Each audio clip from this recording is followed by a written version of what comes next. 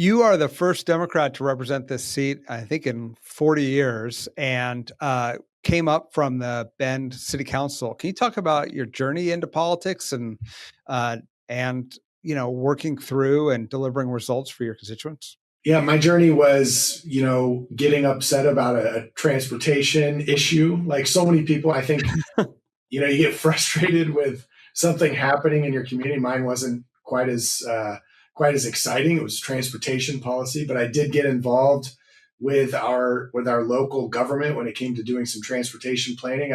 Prior to serving on city council, and I still represent tribes as an attorney, so I'm involved in government law, government policy making quite a bit. And this was just a natural way to serve my community in a different capacity, and it always felt natural to me. But I realized that I have that privilege, having been a lawyer for governments before.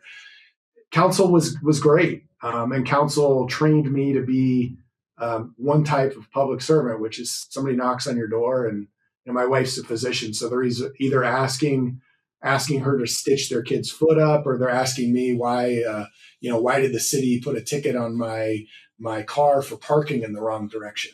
And that type of local focused service is really how I try to serve the 141,000 people that I serve now. We're there to deliver results. We're there because we are there to serve, not to necessarily tell people how and when to act. And, I learned that from being a city councilor, because you got to answer to your friends and your family and your neighbors every day in the supermarket, every day when you're at the Bend Elks game, every day when you're floating on the river here in Central Oregon. People are going to ask you, what are you doing for me? Why aren't you fixing this problem? Or how are you going to fix this problem?